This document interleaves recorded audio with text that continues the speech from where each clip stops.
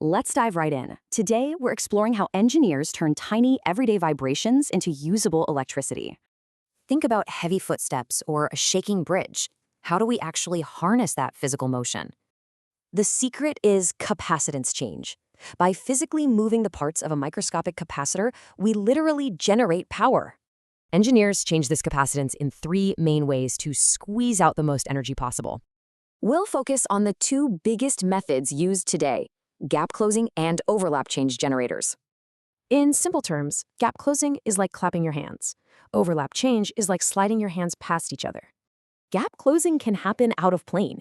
That's when two flat plates push directly together, squeezing the air gap. Or it happens in plane. Picture interlocking comb structures squeezing their tiny teeth together side to side. The overlap change method simply slides those comb fingers past each other instead, changing the overlapping area. So how do engineers choose? Gap closing works best for short, punchy vibrations. Overlap change captures wider, sweeping movements.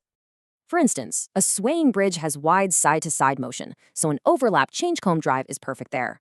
But they always face insanely limited space. A typical device is just 380 micrometers thick. Inside that tiny sliver, engineers might pack 142 microscopic electrode pairs weighing a mere 66 milligrams.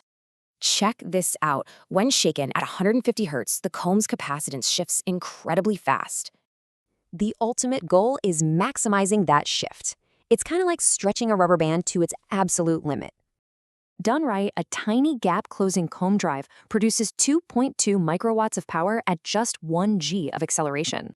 It leaves you wondering, could these microscopic generators eventually replace our batteries using just pure ambient vibration?